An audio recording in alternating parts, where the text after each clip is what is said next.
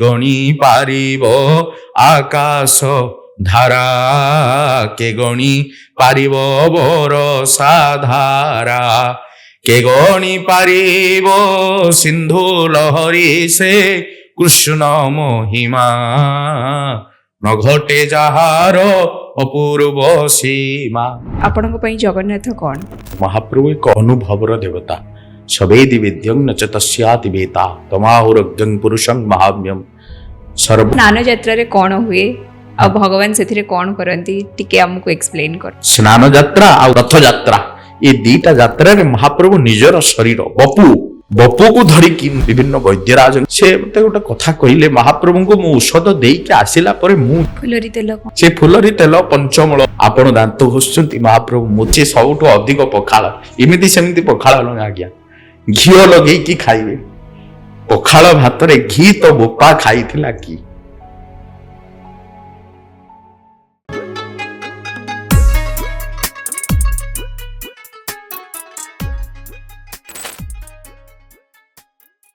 Gyanananda Sagar Behera sir, welcome to Odisha talks. ଜୟ ଜଗନ୍ନାଥ। ଜୟ Jagannath sir.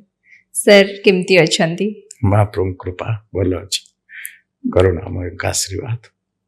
ଆପଣ ଜଣେ ଜଗନ୍ନାଥ ସଂସ୍କୃତିର ଗବେଷକ। ଆପଣଙ୍କୁ ଜଗନ୍ନାଥଙ୍କ ବିଷୟରେ ଏତେ ନଲେଜ ଅଛି ଯେ ଆପଣ ଗୋଟେ ପଡକାଷ୍ଟ ଆପଣଙ୍କ ପାଇଁ ଏନଫ୍ ନୁହଁ। ଆମର ଗୋଟେ ପଡକାଷ୍ଟ ନେଲା ପରେ ବି ଆମେ ଜାଣିଛୁ ଯେ ଆମେ ଜଗନ୍ନାଥଙ୍କ ବିଷୟରେ ଯେତେ କଥା ହଉଥିବା ଆମର ଟାଇମ କେବେ ବି ଗୋଟେ କମ ପଡିଯିବ ସବୁବେଳେ। ଆଜି ଆଉ ଥରେ ଆମେ ଜଗନ୍ନାଥଙ୍କ ବିଷୟରେ କଥା ହବା। ସେଇଟା ହଉଛି କେବେ ରିସେଣ୍ଟଲି ଆସୁଛି ଭଗବାନଙ୍କର ସ୍ନାନ ଯାତ୍ରା ପାଖରୁ ରଥଯାତ୍ରା ପର୍ଯ୍ୟନ୍ତ ଭଗବାନଙ୍କର ସେଇ ମାନବୀୟ ଲୀଳା ଉପରେ ଆମେ ଆଜି କଥା ହବା। ଆମେ ମାନେ ଅଡିଏନ୍ସ ମାନେ ହଉ କି ଆମେ ମାନେ ହଉ ଆମେ ଜାଣିଥାଉ ବହୁତ ବେସିକ ଜିନିଷ। ଆପଣ ଯେହେତୁ ଗବେଷଣା କରୁଛନ୍ତି, ଆପଣ ଏତେ ବର୍ଷ ହେଲାଣି ଭଗବାନଙ୍କ ସହିତ ଯୋଡ଼ି ହେଇ ଅଛନ୍ତି, ତ ଆପଣଙ୍କୁ ବେଶୀ ଡିପ୍ ନଲେଜ ଅଛି। ତ ଆମେ ଚାହୁଁଛୁ କି ଆମକୁ ଆମର ଏଇ ଜେନେରେସନକୁ ବି ସେଇ ସବୁ ଜ୍ଞାନ ମିଳୁ ଯୋଉ ଜ୍ଞାନ ଗୁଡାକ ଆଭେଲେବଲ ଏତେ ଇଜିଲି ହେଇପାରେନି। ସେ ଏକ୍ସପିରିଏନ୍ସ ହିଁ ଜଣେ ଯିଏ କରିଥାଏ ସିଏ ହିଁ ଦେଇପାରେ, ଅନୁଭୂତି ସମ୍ପନ୍ନ। ଆଜ୍ଞା। ପ୍ରଥମେ ତ ଜାଣିବାକୁ ଚାହିଁବୁ କି ଏତେ ବର୍ଷ ଭିତରେ ଆପଣଙ୍କ ପାଇଁ ଜଗନ୍ନାଥ କ'ଣ? ହଁ, ମହାପ୍ରଭୁଙ୍କର ଶୁଣନ୍ତୁ, ମହାପ୍ରଭୁ ଏକ ଅନୁଭୂତିର ଦେବତା, ଅନୁଭବର ଦେବତା। ସବେଦି ବିଦ୍ୟଂ ନ ଚ ତସ୍ୟାତି ବେତା, ତମାହୁରଗ୍ୟଂ ପୁରୁଷଂ ମହାମ୍ୟଂ। ସର୍ବୋ ରହସ୍ୟଂ ପୁରୁଷସ୍ତମସ୍ୟ, ହର ଦେବୋ ନ ଜାନନ୍ତି କୁତଃ ମନୁଷ୍ୟ। ଦେବତା, ସୁର, ନର, ଗନ୍ଧର୍ବ, କିନ୍ନର ଏ ସମସ୍ତେ ଜାଣିବା ପାଇଁ ସମର୍ଥ ହେଇକି ବି ହେଲେନି। ମହାପ୍ରଭୁ ଆପଣଙ୍କୁ ଜାଣିପାରିବୁନି। ସବେଦି ବିଦ୍ୟଂ ନ ଚ ତସ୍ୟାତି ବେତା, ଯୋଉଠି ଦେବତା ମାନେ ଜାଣିପାରୁନାହାନ୍ତି ସାଧାରଣ ମଣିଷ ବା କେମିତି ଜାଣିବ। ତଥାପି ମୁଁ ମହାପ୍ରଭୁଙ୍କ ସେବାରେ, ମହାପ୍ରଭୁଙ୍କର ବାଣୀ ପ୍ରଚାରରେ, ଜଗନ୍ନାଥ ସଂସ୍କୃତିର ପ୍ରଚାର ପ୍ରସାରରେ ମୁଁ 18 ବର୍ଷ ବୟସରୁ ରଥଯାତ୍ରାର ଧାରା ବିବରଣୀ ଦେଇ ଆସୁଛି, ବାଣୀ ନିରାଜନା କରି ଆସୁଛି। ଓଡ଼ିଶାର ପୁର ପଲ୍ଲୀରେ ବିଭିନ୍ନ ସ୍ଥାନରେ ରାଜ୍ୟ ବାହାରେ ଜଗନ୍ନାଥ ସଂସ୍କୃତି ପ୍ରଚାର ପ୍ରସାର କରିବା ପାଇଁ ବକ୍ତା ହେଇକି ପ୍ରବକ୍ତା ହେଇକି ଯାଏ, ସଂଯୋଜନା କରେ ଏବଂ ବିଭିନ୍ନ ମଞ୍ଚ ସଂଯୋଜନା ସହିତ ଜଗନ୍ନାଥଙ୍କ ରଥଯାତ୍ରାର ଧାରା ବିବରଣୀ ମୁଁ 18 ବର୍ଷ ବୟସରେ ଦେଇ ଆସୁଛି। ଗଜପତି ମହାରାଜ ମତେ ଜ୍ଞାନାନନ୍ଦ ଉପାଧି ଦେଇଛନ୍ତି। ଗଜପତି ଓ ଶଙ୍କରାଚାର୍ଯ୍ୟ ଓଡ଼ିଶାର ସବୁଠାରୁ ସର୍ବକନିଷ୍ଠ ପ୍ରବକ୍ତା ଭାବରେ ମୁଁ ମହାପ୍ରଭୁଙ୍କ ଆଶୀର୍ବାଦରୁ ପ୍ରଚାର ପ୍ରସାର କରିବାରୁ ଆମେ ସୁଯୋଗ ପାଇଛୁ। ବିଭିନ୍ନ ଟିଭି ମିଡିଆ, ପ୍ରାର୍ଥନାଠୁ ଦୂରଦର୍ଶନ, ଏଇ ପ୍ରକାର ସେବାରେ ଆମେ ମହାପ୍ରଭୁଙ୍କର ସମର୍ପିତ। ଯେତେବେଳେ ଆମେ କିଛି ଏଇ ଜ୍ଞାନ ଦଉଥାଉ କି ଆମେ ଯେତେବେଳେ ଏଇ ବିଷୟରେ ପ୍ରବଚନ ଆପଣ ଯେତେବେଳେ ଦଉଥାନ୍ତି, ସେତେବେଳେ ଏତେ ପୁଣି କମ ଏଜରୁ, ତ ସେତେବେଳେ ଆପଣଙ୍କୁ ଲାଗେ କି ଭଗବାନଙ୍କର କିଛି ଗୋଟେ ଅଲଗା ଆଶୀର୍ବାଦ ଆପଣଙ୍କ ପାଇଁ ଅଛି, ବିଶେଷ ସେ ଆଶୀର୍ବାଦ ଅଛି ଯୋଉଥିପାଇଁ ଆପଣ ଏତେ ସ୍ପୋଣ୍ଟାନିୟସଲି ଏତେ ଭଲରେ ଭଗବାନଙ୍କ ବିଷୟରେ କହିପାରନ୍ତି? ହଁ, ନିଶ୍ଚୟ ଅନୁଭବ ହୁଏ। ଯେତେବେଳେ ମଞ୍ଚରେ ବସୁ, ମଞ୍ଚରେ କୌଣସି କଥା ପ୍ରସଙ୍ଗ ଆରମ୍ଭ କରିବୁ, ସେ କଥା ପ୍ରସଙ୍ଗ ଭିତରେ ସେତେବେଳେ ଆମେ ଭାବିକି ଯାଉନଥାଉ ଯେ ଆଜି କଥା ପ୍ରସଙ୍ଗ ଏଇ ମଞ୍ଚରେ ଏହା ଉତ୍ଥାପନ କରିବୁ। କିନ୍ତୁ ମଞ୍ଚକୁ ପଳେଇଲା ପରେ ରାଧାରାଣୀ, ଜଗନ୍ନାଥ, କୃଷ୍ଣଚନ୍ଦ୍ର, ମୋ ଆରାଧ୍ୟ ଗୁରୁଦେବଙ୍କୁ ମନ ଭିତରେ ସ୍ମରଣ କଲା ପରେ मन भितर गोटे भावना सृष्टि हुए एवं जहा मन भितर आसी नथिबो ताहा आपे आपे राधाराणी बाट दियंती माँ सरस्वती कंठरे विराजमान करती एवं से प्रसंग गुड़िक आग को चले जगन्नाथ संस्कृति राम कथा कृष्ण कथा कथार अबारित बारिधारा से तो समुद्र भलिया माने प्रवाहमान धारा दीनकृष्ण गोटे पद मने पड़ुची के गणी पारिब आकाश धारा के गणी पारिब बरसा धारा के गणी पारिब सिंधु लहरी से कृष्ण महिमा न घटे जहार अपूर्व सीमा आकाशर तारा को किए गणी पारे ना आकाशर वर्षा को किए गणी पारे ना ये भगवान कथा को मध्य तार आदि ना अंत नहीं शेष महेश अशेष विधि पवन उरियतर गारी भगवान वाणी माँ सरस्वती रचना करने को समर्थ होइकी भी हेई पारलेनी गणेश रचना करने समर्थ होइकी भी हेई पारलेनी तेणु नारद मुनि सदा सर्वदा भगवान नाम करिकी चतुर्ब्रह्मांड बुलुचंती हेले भी से कहउचंती नेति नेति बोली तेणु भगवान कथा अनंत किंतु तारी भितरे आमर आभिमुख्य थाए युव मानस वर्तमान स्थिति रे भारत वर्षर ओडिशा माटी रे युव मानस माने केमिति आध्यात्मिक को आसीबे तांकर चेतना केमिति आध्यात्मिक तार उत्तरण हबो मोबाइल टीपी टीपी टीपी समय को नष्ट करिकी जीवन बर्बाद कर दले युवपीढ़ी वर्तमान समय आसी भगवत मुख हवा पाई जीवन कौन भक्ति कौन भगवान कौन भक्त आ भगवान भीतर संपर्क कौन मनीष जो मनीष किए ये हूँ गोटे आत्मा कोठु आसी परमात्मा सानिध्य परमात्मा आशीर्वाद नहीं जिते बड़े परमात्मा उपलब्धि पाइला कहीदे कि आसला मु मर्त्य को गले पृथ्वी को गले आपन को सेवा करी आपन को नाम करी आपन को भजन करी आपनकर सेवारे व्रती हेबी किंतु आसिके से विमुख हो जाइछि जीव चैतन्य ठारू विमुख होइकी ये जड़ जगत माया जगत भितर समय नष्ट कर दउछि किंतु भगवान को जानूनी दिमाला जप करूनी भगवान भजन करूनी गीता पढ़ुनी भागवत पढ़ुनी जीवन रहस्य बुझुनी ये जो व्यासदेव एते रचना कले भारत वर्षर महामुनि से माने जहा सब रचना करिकी जाइचंती अमृतर कलसी को बुहाई दे जाइचंती ताहा पड़िकी रहिछि ताको पाइबा पाई माने युवपीढ़ी आसीबा दरकार समाज केवल भल गंडे खाइबू बंचिबू भल लुगा पिंधिबू गाड़ी चढ़ीबू चारि मोहला कोठा बाड़ेबू ये भौतिकवादी जगत भितरे मनुष्य एते पेसी जाइछि जे निजको भूली जाइछि किंतु ताको प्रथमे मने पकेइक पड़िबो जे मु एक आत्मा ईश्वरंकर सेवा करिया पाई मु आसीछि ताहा करिबा सहित या भी करू करिले समाज रे बंचिबा पाई कि हब तेणु करी युव मानस वर्तमान पथभ्रष्ट नहेबा आवश्यकता तेणु युव मानस भितर केमती भक्ति आसीबो सेइते पे हमर यात्रा समस्ते आजिर जो जनरेशन अछंती सेमानंको एमती लागे कि आमे जो दिन से कनेक्ट करि पारू आमे ताको बिलीव करू हमर जगन्नाथ होचंती तांकर सब लीला होची मानव लीला तो जेतेबेले आमे एई सब जिनस जणैबा जे भगवान भी आमको भलिया सब जिनस करंती आम भलिया भगवान भी किछि दुख पांती के कष्ट पांती तो मे बी जो जनरेशन जो माने भगवान का आध्यात्मिक को आसी नांती से माने कनेक्ट बेसी करि परिबे तो आमे स्टार्ट करिबा जे भगवान कर 12 यात्रा हुए वर्ष से यात्रा भितरु स्नान यात्रा होईची गोटे तो से स्नान यात्रा रे कोन हुए आ भगवान सेथिरे कोन करंती टिके हमको एक्सप्लेन करो हां निश्चय आपण गोटे सुंदर प्रश्न पचारिले विगत अध्याय रे मु आपण मानक निकट रे उपस्थापन करथिली ओडिशा टॉक माध्यम रे चंदन यात्रा झुलन यात्रा 12 मासर 13 यात्रा संपर्क रे साम्यक सूचना आज आपणकर प्रश्न रे मु आउ टिका आगे नेउची स्नान यात्रा और रथ यात्रा ए दुईटी यात्रा होची महाप्रभुंकर विशेष सबुठारु बड़ यात्रा केमिति बड़ यात्रा कहा को पचारिबा उपेंद्र भंज कवि सम्राट उपेंद्र भंज वर्णना करुचंती स्नान श्री गुंडीचा बेनी स्वयं लीला जारो पतित पावन अर्थे प्रासादु बाहार स्नान यात्रा और गुंडीचा यात्रा ये दीटा यात्रा रे महाप्रभु निजर प्रासाद ମାନେ ରତ୍ନ ସିଂହାସନକୁ ପଛ କରିଦେଇ ଭକ୍ତମାନଙ୍କ ସହିତ ମିଶିବାକୁ ଆସନ୍ତି। ଏ ଦୁଇଟି ଯାତ୍ରା। ଅନ୍ୟ ଯେତେ ଯାତ୍ରା ହୁଏ ତାଙ୍କର ଚଳନ୍ତି ପ୍ରତିମା ଆସନ୍ତି। ଚନ୍ଦନ ଯାତ୍ରାରେ ଜଗନ୍ନାଥଙ୍କର ଚଳନ୍ତି ପ୍ରତିମା ମଦନ ମୋହନ ଆସିବେ। ବଳଦେବଙ୍କର ଚଳନ୍ତି ପ୍ରତିମା ରାମକୃଷ୍ଣ ଯିବେ। ଶ୍ରୀଦେବୀ, ଭୂଦେବୀ, ପଞ୍ଚୁ ପାଣ୍ଡବ, ଜମ୍ବେଶ୍ୱର, ଲୋକନାଥ, କପାଳ ମୋଚନ ଏଇ ସବୁ ପଞ୍ଚୁ ପାଣ୍ଡବଙ୍କ ସହିତ ଯିବେ। କିନ୍ତୁ ଦୁଇଟି ଯାତ୍ରା, ଗୋଟିଏ ହଉଛି ସ୍ନାନ ଶ୍ରୀ ଗୁଣ୍ଡିଚା ବେନି ସ୍ୱୟଂ ଲୀଳାଜାର, ସ୍ନାନ ଯାତ୍ରା ଆଉ ଗୁଣ୍ଡିଚା ଯାତ୍ରା, ରଥଯାତ୍ରା। ଏ ଦିଟା ଯାତ୍ରାରେ ମହାପ୍ରଭୁ ନିଜର ଶରୀର ବପୁକୁ ଧରିକି ନିଜେ ଆସିବେ। ଏ ବ୍ରହ୍ମାଣ୍ଡର ନାୟକ। ସକଳ ବ୍ରହ୍ମାଣ୍ଡରେ ଏମିତି ଦେବତା ନାହାନ୍ତି ଯିଏ ଭକ୍ତ ପାଇଁ ମହାପ୍ରଭୁ ନିଜେ ଆସୁଛନ୍ତି। ସିଂହାସନକୁ ଶୂନ୍ୟ କରି କାଳିଆ କଳା ଠାକୁର ଚତୁର୍ଦ୍ଦଶ ବ୍ରହ୍ମାଣ୍ଡର ନାୟକ ମହାପ୍ରଭୁ ରଥରେ ଆସିବେ। ଇଏ କିଏ ଲୀଳା? କୋଉଠି ଅଛି କହନ୍ତୁ? କୋଉଠି ଅଛି? ଗୋଟେ ଚଳନ୍ତି ଦେବତା ଆମ ପାଖରେ ଉଭା ହେଇଛନ୍ତି। ଆପଣ ଜାଣିକି ବିସ୍ମିତ ହେବେ। ଏ ଦୁଇଟି ଯାତ୍ରା ବ୍ୟତିରେକ ଆଉ ଗୋଟେ ଝୁଲଣ ଯାତ୍ରା।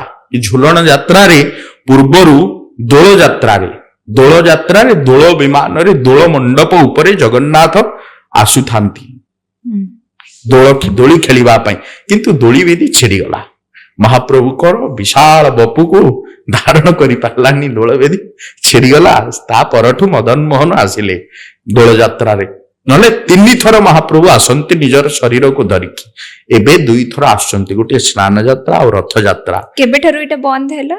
ହଁ, ଇଏ ବହୁ ପୂର୍ବରୁ ହୁଏତ ଇତିହାସ କହେ ଅନେକ ରାଜା ଯୋଉମାନେ ଥିଲେ, ପୁରୁଷୋତ୍ତମ ଦେବ, ପ୍ରତାପ ରୁଦ୍ର ଦେବ, ତା ଗବେଷଣା ସାପେକ୍ଷ କେବେଠୁ ବନ୍ଦ ହେଇଛି। କିନ୍ତୁ 3ଟି ଯାତ୍ରାରେ ମହାପ୍ରଭୁ ଆସିବାର ବର୍ଣ୍ଣନା ଏବେ ଅଛି। ଏବେ ବର୍ତ୍ତମାନ ସ୍ଥିତିରେ 2ଟି ଯାତ୍ରାରେ ମହାପ୍ରଭୁ ଆସୁଛନ୍ତି ବଡଦାଣ୍ଡକୁ। ଏ ସ୍ନାନ ଯାତ୍ରାରେ ସବୁଠୁ ବଡ ବିସ୍ମୟତା ହଉଛି ଯେ ମହାପ୍ରଭୁ ସ୍ନାନ ଯାତ୍ରାରେ 108 ଗରା ଜଳରେ ସ୍ନାନ ହେବେ। 3 ଠାକୁର 108 ଗରା ଜଳରେ 3 ଠାକୁରଙ୍କୁ ସ୍ନାନ କରାହେଇଯିବ। ଯେତେ ମନ୍ଦିର ଭିତରେ ପ୍ରତ୍ୟେକ ଦିନ ମହାପ୍ରଭୁଙ୍କର ସ୍ନାନ ହୁଏ।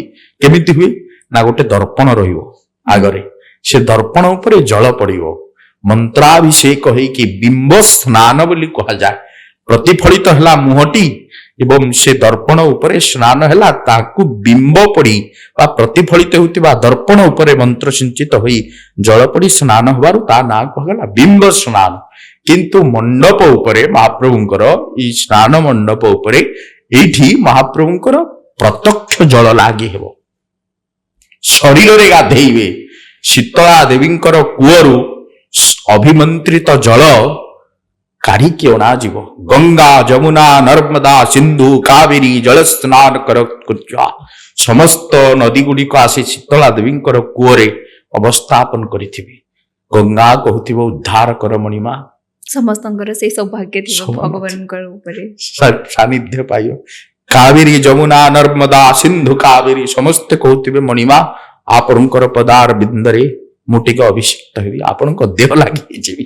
ଶୀତଳା ଦେବୀ ସମସ୍ତଙ୍କୁ କୁଳାଗ୍ରତ କରି ମହାପ୍ରଭୁଙ୍କର ଶରୀରରେ ଅଭିଷେକ କରିବେ। ଏବଂ ବିସ୍ମୟର କଥା, ଯୋଉଦିନ ସ୍ନାନ ମଣ୍ଡପରେ ସ୍ନାନ ହେଇଯିବେ ତା ପରଦିନ ମହାପ୍ରଭୁ ଜ୍ୱରରେ ପ୍ରପୀଡ଼ିତ ହେବେ। ଦେଖନ୍ତୁ ମାନବୀୟ ଠାକୁର। ଗୋଟେ ସେକେଣ୍ଡ ପାଇଁ ଆପଣଙ୍କୁ ଇଣ୍ଟରପ୍ଟ କରିବି। ସେତେବେଳେ ସେବକ ସବୁବେଳେ ଚେଞ୍ଜ ହଉଥାନ୍ତି ନା, ତ ସ୍ନାନ ଯାତ୍ରା ବେଳେ କୋଉ ସେବକ ଥାନ୍ତି? ହଁ, ସ୍ନାନ ଯାତ୍ରାରେ ମହାପ୍ରଭୁଙ୍କର ଯେମିତି ପ୍ରତ୍ୟେକ ମାନେ ସେବକ ଲାଗି ହୁଅନ୍ତି, ଯେମିତି ସେ ସେବକ ରହନ୍ତି। କିନ୍ତୁ ସ୍ନାନ ଯାତ୍ରା ପରେ ଶୁଣନ୍ତୁ, ସ୍ନାନ ଯାତ୍ରା ଠୁ ଦଇତାପତି ମାନଙ୍କର ସେବକ ମାନଙ୍କର ସେବା ଆରମ୍ଭ ହେଇଯାଏ। ଆଚ୍ଛା, ସ୍ନାନ ଯାତ୍ରା ଟାଇମରୁ, ସ୍ନାନ ଯାତ୍ରାଠୁ ମହାପ୍ରଭୁଙ୍କୁ କାନ୍ଧ କରିକି ଆଣିବା, ମହାପ୍ରଭୁଙ୍କୁ ମଞ୍ଚ ଉପରେ ବସେଇବା, ମହାପ୍ରଭୁଙ୍କୁ ସ୍ନାନ କରିବା ଏବଂ ପୂଜା ପଣ୍ଡା ପୂଜା ମଧ୍ୟ ତାଙ୍କର ଯେମିତି କରିବା କଥା କରନ୍ତି। କିନ୍ତୁ ଦଇତାପତି ସେବକ ମାନେ ବିଶେଷ କରି ସ୍ନାନ ଯାତ୍ରା ତାଙ୍କର ନୀତି ଆରମ୍ଭ ହେଇଯାଏ। କାରଣ ସ୍ନାନ ଯାତ୍ରା ପରଠୁ ମହାପ୍ରଭୁ ଶାବର ତନ୍ତ୍ରରେ ପୂଜିତ ହୁଅନ୍ତି। ସେଇଠି ଅଣସର ପିଣ୍ଡିରେ ମହାପ୍ରଭୁ ରହନ୍ତି। ପଟି ଦିଅ ପୂଜା ପାଆନ୍ତି। ଜଗନ୍ନାଥଙ୍କୁ ଆବରଣ କରାଯାଏ ପଟିରେ, ଚିତ୍ର ପ୍ରତିମାରେ ପଟି ଦିଅଙ୍କୁ ନାରାୟଣ ଆଉ ଅନନ୍ତ ବାସୁଦେବ ଭୁବନେଶ୍ୱରୀ ସୁଭଦ୍ରାଙ୍କର ବାଡରେ ଭୁବନେଶ୍ୱରୀ, ଜଗନ୍ନାଥ ମହାପ୍ରଭୁଙ୍କର ବାଡରେ ନାରାୟଣ, ଆଉ ଅନନ୍ତ ବାସୁଦେବ ପୂଜା ପାଆନ୍ତି ବଳଦେବଙ୍କର ବାଡରେ। ଏଇ ଯୋଉ ପୂଜା ହବ ୟାର ନୀତିଟା ହଉଛି ଭିନ୍ନ। କେମିତି ଭିନ୍ନ, କଣ ସେ ନୀତି? ଆପଣ ଟିକେ ଭିତରକୁ ଯାଆନ୍ତୁ। କଥାଟା ହଉଛି ଏହା ଯେ ମହାପ୍ରଭୁଙ୍କୁ ସେଇଠି ଆଉ ଭୋଗ ଲାଗି ହବନି। 60 ମହାପ୍ରଭୁଙ୍କର ଆଉ ଭୋଗ ହବନି। କାହିଁକି? ଅଣସର ହେଇଗଲା ତ। ଶବର ତନ୍ତ୍ରରେ ଯେମିତି ବିଶ୍ୱାବସୁ ନୀଳମାଧବଙ୍କୁ ନୀଳଗିରି ପର୍ବତରେ ମହାପ୍ରଭୁଙ୍କୁ ପୂଜା କରୁଥିଲା। ପତ୍ରଂ ପୁଷ୍ପଂ ଫଲଂ ତୟଂ ଯୋ ମେ ଭକ୍ତା ପ୍ରଯଚ୍ଛତି, ପତ୍ରଟିଏ ହଉ ଫଳଟିଏ ହଉ। ଯେମିତି ଶବର ଗୋଟିଏ ରାଜା, ସେ କିଛି ରାନ୍ଧି ଜାଣେ ନା, କିଛି ମହାପ୍ରଭୁଙ୍କୁ କଣ ମନ୍ତ୍ର ତନ୍ତ୍ର ଜାଣେ ନା, ଯାହା ଜଙ୍ଗଲରେ ମିଳେ ଯାହା ମିଳେ ତାହା ଦିଏ। ମହାପ୍ରଭୁ ତାକୁ ଗ୍ରହଣ କରନ୍ତି। ଭକ୍ତାନଂ ଅଧୀନଂ, ମୁଁ ହଉଛି ଭକ୍ତାଧୀନ, ଭକ୍ତର ଅଧୀନ। ଏଇ ସେଇଠୁ ସେ ବିଶ୍ୱାବସୁ କୁଲଦ ଭବ, ଦୈତାପତି ମାନେ ବିଶ୍ୱାବସୁଙ୍କର ବଂଶଧର। ବିଦ୍ୟାପତି କୁଲଦ ଭବ, ବିଦ୍ୟାପତିର ପତି ମହାପାତ୍ର ବଂଶଧର। ଆପଣ ବିଚାର କରିବେ, ବିଶ୍ୱାବସୁଙ୍କର ବଂଶଧର ଦୈତାପତି ମାନେ ମହାପ୍ରଭୁଙ୍କର ସେବାରେ ଏ 15 ଦିନ ବିଶେଷ ଭାବ ଗୋଟିଏ ଗାମୁଛା ପିନ୍ଧିବେ। 15 ଦିନ ଭିତରେ ତା ଭିତରକୁ ଯେତେବେଳେ ପ୍ରବେଶ କରିବେ, କାରଣ ମହାପ୍ରଭୁ ଅସୁସ୍ଥ ଅଛନ୍ତି, ତାଙ୍କୁ ସେଇ ଗମ ଗମ ଝାଳ ବହି ପଡୁଥିବ। କାଳିଆ କଳା ଠାକୁରଙ୍କର ମନ୍ଦିର ଭିତରେ ଗୁମୁଟ ଅଖଣ୍ଡ ବୈଠାଟିଏ ଜଳିଥିବ, ଆଉ କିଛି ନଥିବ। ମହାପ୍ରଭୁ ଅସୁସ୍ଥ ହେଇଯାଇଛନ୍ତି। ତାଙ୍କୁ ପଞ୍ଚ ଉପଚାର ଯେତେବେଳେ ନେତ୍ର ମାନେ 10 ମୂଳ ଔଷଧ ବୈଦ୍ୟ ରାଜା ଆସିକି ଦେବେ, ସେ ପୁଣି ଫୁଲରି ତେଲ, ବଡ ଓଡିଆ ମଠରେ ଗୋଟିଏ ବର୍ଷ ଆଗରୁ ଫୁଲରି ତେଲ ପୋତା ହେଇକି ଥିବ। ଫୁଲରି ତେଲ କଣ? ସେ ଫୁଲରି ତେଲ ପଞ୍ଚମୂଳ ଔଷଧ, ବିଭିନ୍ନ ଦ୍ରବ୍ୟ, ବିଭିନ୍ନ ଗଛ ବୃକ୍ଷର ଚେର ମୂଳ ଡାଳ, ତାକୁ ତେଲରେ ଅଭିସିଞ୍ଚିତ କରିକି ମାଟି ତଳେ ପୋତା ହେଇଥିବ। ଗୋଟେ ବର୍ଷ ଆଗରୁ, ଗୋଟେ ବର୍ଷ, ବଡ ଓଡିଆ ମଠ କୁହାଯାଏ। ତେଣୁ ସେଇଟା ଯେତେବେଳେ କଢାଯିବ, ସେଇଠୁ ମହାପ୍ରଭୁଙ୍କର ବାହାରିକି ତାକୁ ଅଭିସିଞ୍ଚିତ କରି ମହାପ୍ରଭୁଙ୍କୁ ଶରୀରରେ ଫୁଲରି ତେଲ ଘଷା ହବ। କାଳିଆ କଳା ଠାକୁର ଯୋଦ୍ଧା ବେଶ ଧରିକି ବୈଦ୍ୟରାଜ ଆସିକି ପଞ୍ଚମୂଳ ଔଷଧ ଦେବେ।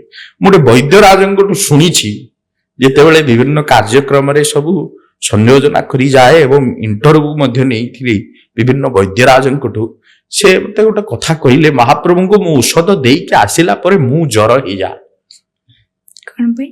କାହିଁକି ନା ସେ ତାଙ୍କର ଯୋଉ ସ୍ପର୍ଶଟା, ହୁଏତ ବୈଦ୍ୟରାଜଙ୍କର ଭିତରେ ମାନେ ଗୁଣିଆ ଝାଡେ, ଗୁଣିଆର ମାନେ ଯୋଉ ଡାହାଣୀର ପଳେଇ ଆସେ, ଏଟା କାଳେ ଇଫେକ୍ଟ ହେଇଯାଏ। ତାର ଅନୁଭୂତିର କଥା। ଏବଂ ସତରେ ମଧ୍ୟ ସେ ପ୍ରତ୍ୟେକ ବର୍ଷ ଅସୁସ୍ଥ ହେଇଯାନ୍ତି। ତାଙ୍କୁ ମହାପ୍ରଭୁଙ୍କୁ ପଞ୍ଚମୂଳ ଔଷଧ ଦେଇକି ଆସନ୍ତି। ସେ ମାନବର ଠାକୁର ଆଜ୍ଞା। ଯେମିତି ଆପଣ କହିଲେ ଟିକେ ଟିକେ ଆଗରୁ ଯେ ଭଗବାନଙ୍କୁ ଯେତେବେଳେ ଗାଧେଇ ଦିଅନ୍ତି ଭଗବାନଙ୍କୁ ଜ୍ୱର ହେଇଯାଏ। ହଁ, ସତରେ ଜ୍ୱର ହେଇଯାଏ? ହଁ, ସତରେ ଜ୍ୱର ହେଇଯାଏ। କାହିଁକି ହୁଏ ଦେଖନ୍ତୁ, ଆମେ 2 ବାଲ୍ଟିରୁ 3 ବାଲ୍ଟି 4 ବାଲ୍ଟି ଗାଧେଇବା, 6 ବାଲ୍ଟି ହେଲେ ପାରାସିଟାମଲ ଖାଇବା। ଆଜ୍ଞା। 6 ବାଲ୍ଟିରୁ ଅଧିକ ଗାଧେଇଲେ ଥଣ୍ଡା ହେଲେ 4ଟା ରାତିରୁ ଉଠି ପାରିବନି। କିନ୍ତୁ ଦେଖନ୍ତୁ, ମହାପ୍ରଭୁ ବ୍ରହ୍ମାଣ୍ଡର ନାୟକ, ସେ 108 ଗରା ଜଳରେ ଚତୁର୍ଦ୍ଧା ବିଗ୍ରହ ସ୍ନାନ ହଉଛନ୍ତି। ଆପଣ ଗୋଟେ ବିଶ୍ୱାସ କରିବେ, ଏମିତି ଗୋଟେ ଅନୁଭୂତି କଥା, ଜଣେ ଡକ୍ଟର ସେ ଭାବିଲେ କଣ ସତରେ ମହାପ୍ରଭୁଙ୍କୁ ଜ୍ୱର ହଉଛି, ଏ କଥା ଭାବି ଗୋଟେ ଥର୍ମୋପ୍ଲାସ ନେଲେ, ସେବକଙ୍କ ହାତରେ ଥର୍ମୋପ୍ଲାସ ନେଲେ, ନେଇକି ଜଗନ୍ନାଥଙ୍କର କାନ୍ଧରେ ରଖିଦେଇକି ଛୁଆଇ ଦେଇକି ଆଣିଲେ। ଯୋଉ ଥର୍ମୋପ୍ଲାସର ଡିଗ୍ରୀଟା ଫୁଟିକି ବାହାରିଗଲା। ଏମିତି ଜ୍ୱର ହେଇଛି, ମହାପ୍ରଭୁଙ୍କ ଡିଗ୍ରୀଟା ଏତେ ଜୋର ହେଇଛି, ଫୁଟିକି ବାହାରିଗଲା। ଆସିକି ବଡଦାଣ୍ଡରେ ମୁଣ୍ଡିଆ ମାରିକି ମୁଣ୍ଡ ବାଡେଇକି କାନ୍ଦିଲେ, ମଣିମା ମୋର ବଡ ଭୁଲ ହେଇଗଲା, ଆପଣଙ୍କୁ ପରୀକ୍ଷା କରିଦେଲି, ମଣିମା ମୋର ବଡ ଭୁଲ ହେଇଗଲା। ସେ ଆଜ୍ଞା ସାକ୍ଷାତ ଦିଅ, ସତରେ ଦେବତା ଆଜ୍ଞା। ମଣିଷ ଯଥା ଦେହେ ତଥା ଦେବେ। ଆପଣ ଗୋଟେ କଥା ବିଶ୍ୱାସ କରନ୍ତୁ, ଗରମ ଆସିଲେ ଆପଣ ଶୀତଳତା ଅନୁଭବ କରନ୍ତି, ସେମିତି ମହାପ୍ରଭୁ ଶୀତଳତା ଅନୁଭବ ପାଇବା ପାଇଁ ନରେନ୍ଦ୍ର ପୁଷ୍କରିଣୀକୁ ଚାପ ଖେଳିବାକୁ ଯାଆନ୍ତି। ଆପଣଙ୍କୁ ଥଣ୍ଡା ହେଲେ ଆପଣ ଶୀତ ବସ୍ତ୍ର ପରିଧାନ କରନ୍ତି। ମହାପ୍ରଭୁଙ୍କର ଗୋଟେ ବେଶ ହୁଏ, ଘୋଡ ଲାଗି ବେଶ। ଥଣ୍ଡା ଦିନରେ ଘୋଡା ଘୋଡି ହେବେ, ଗୋଟେ କମଳ ଯେମିତି ଆମେ ଘୋଡଉ, ସେମିତି ସେ ମହାପ୍ରଭୁ ମଧ୍ୟ ଘୋଡ ଲାଗି ହେବେ, ଘୋଡ ଲାଗି ବେଶ। ଆପଣଙ୍କୁ ଥଣ୍ଡା ହେଲେ ଆପଣ ଶୀତଳତା, ଆପଣ ଗରମ ହେଲେ ଶୀତଳତା ଅନୁଭବ କରିବେ। ମହାପ୍ରଭୁ ଚନ୍ଦନ ଯାତ୍ରାକୁ ଯିବେ। ଯେମିତି ମଣିଷ ଚନ୍ଦନ ଯେମିତି ଲଗେଇକି ହଁ, ଚନ୍ଦନ। ନିଜକୁ ଠିକ କରି ଚନ୍ଦନ ଚର୍ଚ୍ଚିତ ନୀଳ କଳେବର ପୀତ ବସନ ବନମାଳି କେଳି ଚଳନ ମଣି କୁଣ୍ଡଳ ମଣ୍ଡିତ ଗଣ୍ଡ ଯୁଗ ସ୍ମୃତ ଶାଳୀ। ଚନ୍ଦନ ଯାତ୍ରାକୁ ନେଇକି ଅନେକ କଥା ରଚିତ ହୋଇଛି। ଚନ୍ଦନ ଯାତ୍ରା ଉପରେ ଗୋଟିଏ ସ୍ୱତନ୍ତ୍ର ଏପିସୋଡ କଲେ ମଧ୍ୟ କଥା ସରିବନି। ଦେଖନ୍ତୁ, ସେମିତି ମହାପ୍ରଭୁ ଯଥା ଦେହେ ତଥା ଦେବେ। ଆମେ ଯାହା, ଆମ ଭଗବାନ ତାହା। ଆପଣ ଦାନ୍ତ ଘଷୁଛନ୍ତି, ମହାପ୍ରଭୁ ମୁତୁରି ଦାନ୍ତ କାଟିବେ, ଦାନ୍ତ ଘଷନ୍ତି। ଆପଣ ସ୍ନାନ କରୁଛନ୍ତି, ମହାପ୍ରଭୁ ଗାଧାନ୍ତି। ବିମ୍ବ ସ୍ନାନ ହୁଏ। ଆପଣ ଗୋଟିଏ ଗାମୁଛା ଖଦିଟେ ପିନ୍ଧିକି ବାଥରୁମକୁ ଯାଉଛନ୍ତି, ମହାପ୍ରଭୁଙ୍କର ଅବକାଶ ନୀତି ହୁଏ। ଆପଣ ସକାଳେ ବ୍ରେକଫାଷ୍ଟ କରୁଛନ୍ତି, ମହାପ୍ରଭୁଙ୍କର ଗୋପାଳ ବଲ୍ଲଭ ହୁଏ। ଆପଣ ମଧ୍ୟାହ୍ନରେ ଖାଉଛନ୍ତି, ମହାପ୍ରଭୁଙ୍କର ବାଳଭୋଗ ସହିତ ମଧ୍ୟାହ୍ନ ଧୂପ ହୁଏ। ଆପଣ ରାତିରେ ଶୋଉଛନ୍ତି, ମହାପ୍ରଭୁଙ୍କର ରାତିରେ ଶୋଇବା ସହିତ ବଡ ସିଂହାର ବେଶ ହୁଏ। ଆପଣ ପଖାଳ ଖାଆନ୍ତି, ଏ ଓଡିଆ ଜାତି ପଖାଳ ପ୍ରିୟ। ପଖାଳ ନ ଖାଇଲେ କାମ କରିବାକୁ ଯିବନି। ବିଲ ବାଡିକୁ ଆଜି ବି ଏହି ପରମ୍ପରା ରହିଛି। ଜଗନ୍ନାଥ ହଉଛନ୍ତି ବଡ ଓଡିଆ, ବଡ ଠାକୁର, ବଡ ଦିଅ। ତେଣୁକରି ସେ ସବୁଠୁ ଅଧିକ ପଖାଳ। ଏମିତି ସେମିତି ପଖାଳ ନୁହେଁ ଆଜ୍ଞା, ଘିଅ ଲଗେଇକି ଖାଇବେ। ପଖାଳ ଭାତରେ ଘି ତ ବୋପା ଖାଇଥିଲା କି, ଏଇ ପ୍ରବାଦ ଅଛି। ପଖାଳ ଭାତରେ ଘି ତ ବୋପା ଖାଇଥିଲା କି। ଆମ ଠାକୁର ପଖାଳରେ ଘିଅ ଲଗେଇ ଖାଆନ୍ତି। ଜାତି ସହିତ, ଗୋଟେ ପରମ୍ପରା ସହିତ ଜଗନ୍ନାଥ ସଂସ୍କୃତି, ଜଗନ୍ନାଥ ଠାକୁର ମହାପ୍ରଭୁଙ୍କର କେମିତି ଆଧ୍ୟାତ୍ମିକତା ଏବଂ ଜୀବନ ଶୈଳୀ କେମିତି ଜଡ଼ିତ। ସ୍ତ୍ରୀ ସହିତ ମାଡଗୋଳ ଲାଗେ ଓଡିଆଟିଏ, ମନବତାନ୍ତର ହୁଏ। ଲକ୍ଷ୍ମୀଙ୍କ ସହିତ ମହାପ୍ରଭୁଙ୍କର କଳି ହୁଏ। ମାନଭଞ୍ଜନ ନୀଳା ହୁଏ ନୀଳାଦ୍ରି ବିଜୟରେ। ଲକ୍ଷ୍ମୀ ଠାକୁରାଣୀ ମତେ ଛାଡିକି ପତ୍ନୀ ଭଉଣୀକୁ ନେଇକି କାହିଁକି ଗଲ ବୋଲି ଦେଖିକି ନୂଆ ବୋହୁଟା ବାହାରିକି ଆସନ୍ତି। ଏ ଓଡିଆର ସଂସ୍କୃତି, ଓଡିଶାର ପରମ୍ପରା। ଆମେ ସେଠିକୁ ତ ଟିକେ ପରେ ଆସିବା। ଏବେ ଆପଣ ଯେମିତି କହୁଥିଲେ କି ଭଗବାନଙ୍କୁ ଔଷଧ ଦିଅନ୍ତି ଯାଇକିରି, ରାଜବୈଦ୍ୟ ଔଷଧ ଦେବା ପରେ ମହାପ୍ରଭୁ ସୁସ୍ଥ ହେବେ। ଗଜପତିଙ୍କୁ ଡକରା ଯିବ, ମହାପ୍ରଭୁ ଏବେ ସୁସ୍ଥ ହେଲେଣି, ଯାତ୍ରା ପାଇଁ ଆରମ୍ଭ ହଉ। ନବ ଯୌବନ, ତାପରେ ମହାପ୍ରଭୁଙ୍କର ରଥଯାତ୍ରା। ଏଇ ଯୋଉ ସେଇ 15 ଦିନ ରହିଲା ଅଣସର ପିଣ୍ଡିରେ, ମହାପ୍ରଭୁଙ୍କୁ ଫଳ ମୂଳ ଔଷଧ ଦେଇ ସେବା କରିବା ସହିତ ଜଗନ୍ନାଥ ଦର୍ଶନରୁ ବଞ୍ଚିତ ହେଉଥିବା ଭକ୍ତ ଅଲାରନାଥଙ୍କୁ ଯିବ। ବ୍ରହ୍ମଗିରି ବ୍ରହ୍ମମୟ ପବିତ୍ର ଏ ସ୍ଥାନ, ଅଲାରନାଥ ଅଛନ୍ତି ବ୍ରହ୍ମଦିବ୍ୟ ଜାଣ। ଅଲାରନାଥ ବ୍ରହ୍ମଗିରିରେ ଅଛନ୍ତି। ଚୈତନ୍ୟ ମହାପ୍ରଭୁ ଜଗନ୍ନାଥଙ୍କର ଦର୍ଶନରୁ ବଞ୍ଚିତ ହେଲେ, ଭାବରେ ଗଦଗଦ ହେଇଗଲେ। ମୁଁ ତ ମହାପ୍ରଭୁଙ୍କୁ ଦର୍ଶନ କରିପାରିଲିନି, ସମୁଦ୍ରରେ ବୁଡିକି ମରିଯିବି। ବୃନ୍ଦାବନେ ছিলেন କୃଷ୍ଣ ଅଛନ୍ ନୀଳାଚଲେ। ଯେ ବୃନ୍ଦାବନରେ ଯୋଉ କୃଷ୍ଣଙ୍କୁ ମୁଁ ଦେଖୁଥିଲି, ଯାହାଙ୍କ ପାଇଁ ମୋର ପ୍ରାଣ, ମୋର ଜୀବନ, ମୋର ହୃଦୟ, ମୋର ଶରୀର, ତନୁ ମନ ଦେହ ସବୁ ସମର୍ପିତ, ତାଙ୍କୁ ଯଦି ମୁଁ ଦର୍ଶନ ନ କରି ପାରିଲି, ଏଇଠି ସମୁଦ୍ରରେ ଝାସ ଦେଇଦେବି। ସମୁଦ୍ର ପାଖକୁ ଗଲେ ଶୂନ୍ୟବାଣୀ ହେଲା, ଚୈତନ୍ୟ ମୋର ରୂପକୁ ଦେଖିବ ସେଇ ଅଲାରନାଥଙ୍କ ପୀଠରେ। ଅଲାରନାଥଙ୍କର ଦର୍ଶନଟା ଆଜି ବି ପରମ୍ପରାରେ ଅଛି। ତେଣୁ ଯେବେ ଜଗନ୍ନାଥ ଦର୍ଶନରୁ ଆପଣ ପୁରୀ ମନ୍ଦିରରେ ଅଣସର ସମୟରେ ବଞ୍ଚିତ ହେବେ, ମନ ଦୁଃଖ କରିବେନି। ସ୍ୱୟଂ ନାରାୟଣ ଚତୁର୍ବାହୁ ଧରି ଆସନ୍ତି ମୋହନ, ମୋ ପାଶେ ନିରନ୍ତରେ। ବ୍ରହ୍ମଗିରିକୁ ପଳେଇବେ, ଅଲାରନାଥଙ୍କୁ ଦର୍ଶନ କରିବେ। ଚୈତନ୍ୟ ଗଲେ ଉଦଣ୍ଡ ବାହୁ ହେଇକି କୀର୍ତ୍ତନ କରିକି ହରେ କୃଷ୍ଣ କୃଷ୍ଣ କୃଷ୍ଣ ହରେ ହରେ, ହରେ ରାମ ରାମ ରାମ ହରେ ହରେ ଗାଇକି ଉଦଣ୍ଡ ହେଇକି ପଡିଗଲେ। ତାଙ୍କର ଯୋଉ ଆବେଗରେ, ତାଙ୍କର ଭାବାବେଗରେ, ତାଙ୍କର ଗଦଗଦ ଅନ୍ତର ଭାବ ବିକାର ଦୁର୍ଜନ ତର୍ଜନ ନାଦ ବିଳାସମ ଭବଭୟ ଭଞ୍ଜନ ତାରଣ କାରଣମ ତଂ ପ୍ରଣମାମି ଶ୍ରୀ ସଚ୍ଚିତନୟଂ। ସେଇ ସଚ୍ଚିତନୟଙ୍କର ଭାବରେ ପଥର ତରଳିଗଲା। ଏବେ ବି ଆପଣ ଯିବେ ଅଲାରନାଥଙ୍କର ପୀଠରେ, ଯୋଉ ଚୈତନ୍ୟ ମହାପ୍ରଭୁ ଉଦଣ୍ଡ ହେଇକି କୀର୍ତ୍ତନ କରିକି ପଡିଗଲେ, ତାଙ୍କର ହାତ ବାଜିକି ସ୍ପର୍ଶ ବାଜିକି ଯୋଉ ପଥରଟା ତରଳିଗଲା, ସେମିତି ଚିହ୍ନ ହେଇଯାଇଛି। ଏଇଟା ଜଗନ୍ନାଥଙ୍କ ଯୋଉ ଗର୍ଭଗୃହରେ ବି ତାଙ୍କର 3ଟି ଆଙ୍ଗୁଳିର ବି ଚିହ୍ନ ଅଛି। ହଁ, ଚିହ୍ନ ବି ଏବେ ବି ଅଛି। ମହାପ୍ରଭୁଙ୍କର ଯେତେବେଳେ ଚୈତନ୍ୟ ମହାପ୍ରଭୁଙ୍କ ସମ୍ପର୍କରେ ଆଲୋଚନା କଲେ ଆପଣଙ୍କୁ ଆଉ ଗୋଟିଏ ଏପିସୋଡ ଦରକାର ସ୍ୱତନ୍ତ୍ର ଭାବରେ। ଚୈତନ୍ୟ ମହାପ୍ରଭୁ ହଉଛନ୍ତି ସାକ୍ଷାତ ଜଗନ୍ନାଥ ରାଧା ବିରହ ଲଙ୍ଗନ ସୁଖ। ଭଗବାନ ରାଧାରାଣୀଙ୍କର ଭାବ କୃଷ୍ଣଙ୍କର ଶରୀରକୁ ନେଇକି ଆସିଛନ୍ତି ଚୈତନ୍ୟ ମହାପ୍ରଭୁ। ତେଣୁ ଜଗନ୍ନାଥଙ୍କର ଦର୍ଶନରେ ସେ ରାଧାରାଣୀ ଯେମିତି କୃଷ୍ଣଙ୍କର ଦର୍ଶନରେ ବିହଳିତ ହୋଇ ପଡନ୍ତି, ସେମିତି ଚୈତନ୍ୟ ମହାପ୍ରଭୁ ଜଗନ୍ନାଥଙ୍କର ଦର୍ଶନରେ ଗଦଗଦ ହେଇ ତାଙ୍କର ଭାବ ଏଇଭଳି ଯେ ପଥରକୁ ଛୁଇଁଦେଲେ ପଥର ତରଳି ଯାଉଥିଲା, ମେଲ୍ଟ ହେଇଯାଉଥିଲା, ନିଆଁ। ତାଙ୍କ ଇମୋସନ ଏତେ ଷ୍ଟ୍ରଙ୍ଗ ଥିଲା। ହଁ, ସେ ଅଷ୍ଟ ସାତ୍ଵିକ ବିକାର, ଯୋଉ ଅଷ୍ଟ ସାତ୍ଵିକ ବିକାରକୁ ସାଧାରଣ ମଣିଷ ବୁଝିବା ସମ୍ଭବ ନୁହଁ। ତେଣୁ ଏବେ ବି ଜଗମୋହନର ପାଶେ ରହି ଚାହା ଚାହାରେ ମନ ନୀଳଚକ୍ର ଚାହିଁ ଚକା ନୟନ ଦେଖୁତହିଁ। ସେ ଜଗନ୍ମୋହନର ପଛ ପାର୍ଶ୍ୱରେ ଗରୁଡ ସ୍ତମ୍ଭର ପଛ ପାର୍ଶ୍ୱରେ 3ଟି ହାତ ଚିହ୍ନ ଅଛି ଚୈତନ୍ୟ ମହାପ୍ରଭୁ।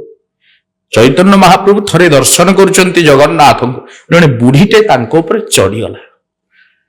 ପାଖରେ ଅଛନ୍ତି ନିତ୍ୟାନନ୍ଦ ପ୍ରଭୁ, ଅନ୍ୟ ପାରିଷଦ। ମହାପ୍ରଭୁଙ୍କ ଉପରେ ଚଢିଗଲା ତାକୁ ଭିଡ ତଳକୁ କାଢିଦେବା ପାଇଁ ଗଲା ବେଳକୁ ଚୈତନ୍ୟ କହୁଛନ୍ତି, ଆରେ ନାଇଁ କାଢନି, କିଛି ଦେଖ ସେ କେତେ ଭଗବାନଙ୍କ ପ୍ରତି ତଲ୍ଲୀନ ହେଇଯାଇଛି, ଜାଣିପାରୁନି। ସେ ମହାପ୍ରଭୁଙ୍କୁ ଅନୁଭବ କରୁଛି, ମୁଁ ଚୈତନ୍ୟ ହେଇପାରେ, ମୋର ଶରୀର ବିଶାଳ କାଏ ହେଇପାରେ, କିନ୍ତୁ ମୋ ଭିତରେ ସେ ତାର ଈଶ୍ୱରୀୟ ସତ୍ତାକୁ ଅନୁଭବ କରୁଛି। ମୁଁ ତାର ସେତୁବନ୍ଧ ହେଇଯାଇଛି। ସେତୁବନ୍ଧ ଉପରେ ଯେମିତି ରାମଚନ୍ଦ୍ର ଗଲେ ସମୁଦ୍ର ବାଟ କାଢିଦେଲା, ମୁଁ ସେମିତି ସେତୁବନ୍ଧ ହେଇଯାଇଛି। ମୋ ଉପରେ ଚଢିକି ସେ ଭକ୍ତି ପ୍ରାପ୍ତ ହଉ, ଈଶ୍ୱରୀୟ ପ୍ରାପ୍ତ ହଉ। ଗୋଟେ ଭକ୍ତର ଭାବନା ହଉଛି କୃଷ୍ଣ ପ୍ରାପ୍ତି, ଭଗବତ ପ୍ରାପ୍ତି, ଭକ୍ତି ପ୍ରାପ୍ତି। ତେଣୁ ଚୈତନ୍ୟ ମହାପ୍ରଭୁ, ଆପଣ ଦେଖିବେ ଚୈତନ୍ୟ ମହାପ୍ରଭୁଙ୍କର ଏବେ ବି ପିଣ୍ଡି ସେଇ ମନ୍ଦିର ଭିତରେ ଅଛି, ଏବେ ବି ଅଛି। ଅଦ୍ୟାପ୍ୟ ସେଇ ଲୀଳା କରେ ଗୋରା ରାୟ, କୋନ ଭାଗ୍ୟବାନ ଦେଖିବାର ପାଏ। ଚୈତନ୍ୟ ମହାପ୍ରଭୁ ଏବେ ବି ଲୀଳା କରୁଛନ୍ତି ମହାପ୍ରଭୁଙ୍କର ସହିତ ଶୂନ୍ୟରେ। କୋନ ଭାଗ୍ୟବାନ, କିଏ ସେଇ ଭାଗ୍ୟବାନ ଦେଖିବାର ପାଏ, ଯିଏ ଏଇ ଲୀଳାକୁ ଦେଖିପାରିବ। କୋନ ଭାଗ୍ୟବାନ, ଚୈତନ୍ୟ ଚରିତାମୃତରେ କୃଷ୍ଣଦାସ କବିରାଜ ଗୋସ୍ୱାମୀ ବର୍ଣ୍ଣନା କରୁଛନ୍ତି। କିଏ ହିଁ ଭାଗ୍ୟବାନ, ଯିଏ ଭକ୍ତ ଆଉ ଭଗବାନଙ୍କର ଏଇ ମିଶ୍ରଣକୁ ଦେଖିପାରିବ। ତାହା କେବଳ ଭକ୍ତି ଦ୍ୱାରା, ତାହା କେବଳ ଭଗବାନଙ୍କ ଜପ ଦ୍ୱାରା, ଆଧ୍ୟାତ୍ମିକ ଶକ୍ତି ଦ୍ୱାରା। ଭଗବାନଙ୍କୁ ଅନୁଭବ କରିବା ପାଇଁ ଗୋଟେ ଆଧ୍ୟାତ୍ମିକତାର ଶକ୍ତିର ଆବଶ୍ୟକ। ତେଣୁ ସେ ଆଧ୍ୟାତ୍ମିକ ଶକ୍ତି ମଣିଷ ପ୍ରାପ୍ତ ହେବା ନିତ୍ୟାନ୍ତ ଆବଶ୍ୟକ। ସେଟା ମିଳିବ କେମିତି? ଗୁରୁ ବୈଷ୍ଣବ ଆନୁଗତ୍ୟରେ, ଗୁରୁ ବୈଷ୍ଣବ କୃପା ହେଲେ, ଗୁରୁ ବୈଷ୍ଣବ କୃପା ଆପଣଙ୍କ ଉପରେ ସିଞ୍ଚିତ ହେଲେ ସେ ଦିବ୍ୟ ଶକ୍ତିଟାକୁ ଅନୁଭବ କରିବେ। ନହେଲେ ଜଗନ୍ନାଥ କାଠ, ବଳଦେବ କାଠ, ସୁଭଦ୍ରା କାଠ ଗଣ୍ଡିଟେ ଥୁଆ ହେଇଛନ୍ତି ବୋଲି ସାଧାରଣ ମଣିଷରେ କହିବେ। ସବୁ ଓଡିଆ ମାନେ ଫିଲ୍ କରନ୍ତି, ଯେମିତି ଆମେ କଥା ହଉଥିଲେ ଅଣସର ଘରରେ, ସବୁ ଓଡିଆ ମାନେ ନର୍ମାଲ ଯଦି ଆପଣ ରାସ୍ତାରେ ବି ଯିବେ, ଅଣସର ଘରେ ଯେତେବେଳେ ଭଗବାନ ଥାଆନ୍ତି ସେତେବେଳେ ସମସ୍ତେ କୁହନ୍ତି ଓଡିଶାରେ ବହୁତ ଗରମ ବଢିଯାଏ। ସେଇ ଟାଇମରେ କୁହନ୍ତି କି ବହୁତ ଗରମ ହେଇଯାଏ, ଠାକୁର ଅଣସର ଘରେ ଅଛନ୍ତି ନା, ସେଥିପାଇଁ ଓଡିଶାବାସୀଙ୍କୁ ଗରମ ଫିଲ୍ ହଉଛି, ଭଗବାନ ଜ୍ୱରରେ ଏତେ କଷ୍ଟ ପାଉଛନ୍ତି। ସେଇ ଯୋଉ ଫିଲ୍ଟା ବି, ସେଇ ଗରମଟା ବି ଆମେ ମାନେ ବି ଫିଲ୍ କରୁଛେ। ସେତେବେଳେ ପ୍ରଚଣ୍ଡ ରୌଦ୍ରତାପ ଆସେ, ପ୍ରଚଣ୍ଡ ଗରମ ହୁଏ, ଗରମର ତାତିଟା ବଢିଯାଏ। କାହିଁକି? ମହାପ୍ରଭୁ ଗମ୍ଭୀରା ଘର ଭିତରେ ଅଛନ୍ତି, ନିବୁଜ କୋଠରୀ ଭିତରେ ଅଛନ୍ତି। ଆପଣଙ୍କୁ ମୁଁ ଗୋଟେ ପ୍ରସଙ୍ଗ କହିବି, ସତ୍ୟ କଥା। ଜଗନ୍ନାଥ ଅଣସର ପିଣ୍ଡିରେ ଅଛନ୍ତି, କେହି ଦର୍ଶନ କରିବାକୁ ଯାଇପାରୁନାହାନ୍ତି, ମନା କରାହେଲା। ଗୋଟେ ତାନ୍ତ୍ରିକ ଆସିଲେ, କହିଲେ ମୁଁ ଯିବି। ଗଜପତି ଓଡ଼ିଶାର ରାଜାଙ୍କୁ ନିବେଦନ ହେଲା। ତାନ୍ତ୍ରିକ କହିଲେ ମୁଁ ଯିବି। ଗଜପତି କହିଲେ ନାଇଁ, ଶୁଣନ୍ତୁ, ଜଗନ୍ନାଥ ଅଣସର ପିଣ୍ଡିରେ ଅସୁସ୍ଥ, କାହାକୁ ଚଢାଯିବନି, ଜଗନ୍ନାଥ ଦର୍ଶନକୁ ସମସ୍ତେ ବଞ୍ଚିତ। ମୁକ୍ତିମଣ୍ଡପର ସଦସ୍ୟ ମାନଙ୍କୁ କହିଲେ, ପଣ୍ଡା ପଡ଼ିଆରେ ସମସ୍ତେ କହିଲେ ଏଇଠିକି ଯାଇପାରିବନି, ଯାଇ କଣ କରିବ, ମହାପ୍ରଭୁ ଅଣସର। କହିଲା ମୁଁ ଯିବି, ତନ୍ତ୍ର ବଳରେ ଯିବି, କିଏ ଅଛି ମତେ ରୋକିବା? ମାସିଟିଏ ହେଇଗଲା, ମାସିଟିଏ ହେଇ ଶୂନ୍ୟ ମାର୍ଗରେ ମହାପ୍ରଭୁଙ୍କୁ ଦର୍ଶନ କରିବାକୁ ପଳେଇଲା। ଗଜପତିକୁ ମନା କରୁଛନ୍ତି ଯାଅନି, ଗଜପତିଙ୍କୁ ଧିକ୍କାର କଲା ତାନ୍ତ୍ରିକ। କଣ କାଠ ଦିଅଙ୍କୁ, ବ୍ରହ୍ମ ସର୍ବତ୍ର ବିଦ୍ୟମାନ, ସିଏ କଣ ବ୍ରହ୍ମ, ତାକୁ ଜ୍ୱର ହୁଏ, କାହିଁ ଏ ସବୁ ପଟୁଆର ଲଗେଇଛ ରାଜା, ଏ ସବୁ ଭୁଲ ବିଭ୍ରାନ୍ତକର କଥା। ନା ଶୁଣନ୍ତୁ, ଓଡ଼ିଶାର ପରମ୍ପରା, ମହାପ୍ରଭୁ ନିଜେ ପରମ୍ପରା ରଖିଛନ୍ତି, ଇନ୍ଦ୍ରଦମ୍ନକୁ କହିଛନ୍ତି ତାଙ୍କରି ପରମ୍ପରାରେ ଅଛି। ମାସିଟି ହେଇକି ଯେତେବେଳେ ପଶିଗଲା, ଦେଖିଲା ବେଳକୁ ଅଷ୍ଟ ସଖୀ ଅଷ୍ଟ ସଙ୍ଗେ ଲୀଳା ଯେ କରନ୍ତି, ପଦ୍ମ ପାଖୁଡାରେ ପ୍ରଭୁ ବିରାଜିତ ଅଛନ୍ତି। ଅଷ୍ଟଦଳ ପଦ୍ମ, ତା ଭିତରେ ରାଧା ଆଉ କୃଷ୍ଣ ଯୁଗଳ ମୂର୍ତ୍ତି ଖେଳୁଛନ୍ତି। ଲଳିତା ବିଶାଖା ଚନ୍ଦ୍ରାବଳୀ ଅଷ୍ଟପାଦ ବଂଶୀ ଚତୁଃପାର୍ଶ୍ୱରେ ବେଢିଛନ୍ତି।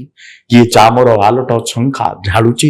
ଜଗନ୍ନାଥ ପଦ୍ମ ପାଖୁଡାରେ ବିରାଜମାନ କରିଛନ୍ତି, ରାଧା କୃଷ୍ଣ ଯୁଗଳ ଅଙ୍ଗରେ। ବାଟ ପାଇଲାନି, ପଶିଗଲା। ଭର ହେଇଯାଇଛି। ଭର ହେଇକି ଯେତେବେଳେ ଭରଟା ମଧୁପ ଭିତରେ ପଶିଗଲେ, ପୁଷ୍ପ ଭିତରେ ପଶିଗଲେ ମୁଦ୍ରିତ ହେଇଯାଏ। ପଦ୍ମ ପାଖୁଡା ମୁଦ୍ରିତ ହେଇଗଲା। ଭରଟା ଛାଟି ପିଟି ହଉଛି ତାନ୍ତ୍ରିକ ତା ଭିତରେ। ଛାଡ଼ିଦିଅ, ମୁଁ ଯିବାକୁ ଚାହୁଁଛି, ଛାଡ଼ିଦିଅ ମଣି ମା। ମହାପ୍ରଭୁ ଭୁଲ ହେଇଗଲା, ଆସିକି ଚାରି ଦ୍ୱାର ରୁଦ୍ଧ ହେଇଯାଇଛି। କୋଉ ପଟେ ଯିବ ଆଉ ବାଟ, 24 ଘଣ୍ଟା ହେଇଗଲାଣି ତା ଭିତରେ, ଜାଗା ପାଉନି, ଫିଟି ପାରୁନି। ଗମ ଗମ ଝାଳ ବାହାରି ପଡିଲା, ଲୁହ ବାହାରି ପଡିଲାନି। ହଠାତ୍ ପଦ୍ମ ପାଖୁଡା ଖୋଲିଦେଲା, ଉଡିଗଲା। ଆସି ବଡ ଦାଣ୍ଡରେ ସିଧା ମାଡି ହେଇକି ପଡିଲା। ତାନ୍ତ୍ରିକ ନିଜ ସ୍ୱରୂପକୁ ଦେଖେଇଦେଲା, ମଣିମା ବଡ ଭୁଲ ହେଇଗଲା, ଆପଣ ବ୍ରହ୍ମମୟ ଜଗନ୍ନାଥ, ମୁଁ କି ସାଛାର ମଣିଷଟେ, ମୁଁ ଆପଣଙ୍କୁ ପରୀକ୍ଷା କରିବାକୁ ଯାଇଥିଲି, ଭୁଲ ହେଇଗଲା। ଆଜିଠୁ ତନ୍ତ୍ର ବିଦ୍ୟା ଛାଡିଲି, ଏଇଠି ବୈଷ୍ଣବ ହେଇକି ନୀଳଚକ୍ରକୁ ଚାହିଁକି ଜୀବନ ବିତେଇବି।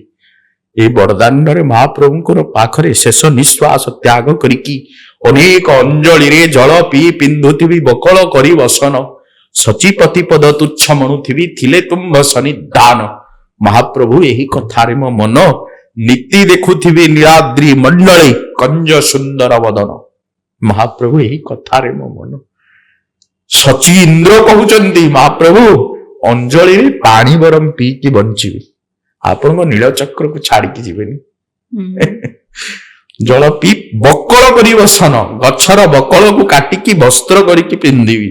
ଇନ୍ଦ୍ରପଦ ଯଦି ଦିଆହବ, ଇନ୍ଦ୍ରପଦକୁ ତୁଚ୍ଛ କରିଦେବି।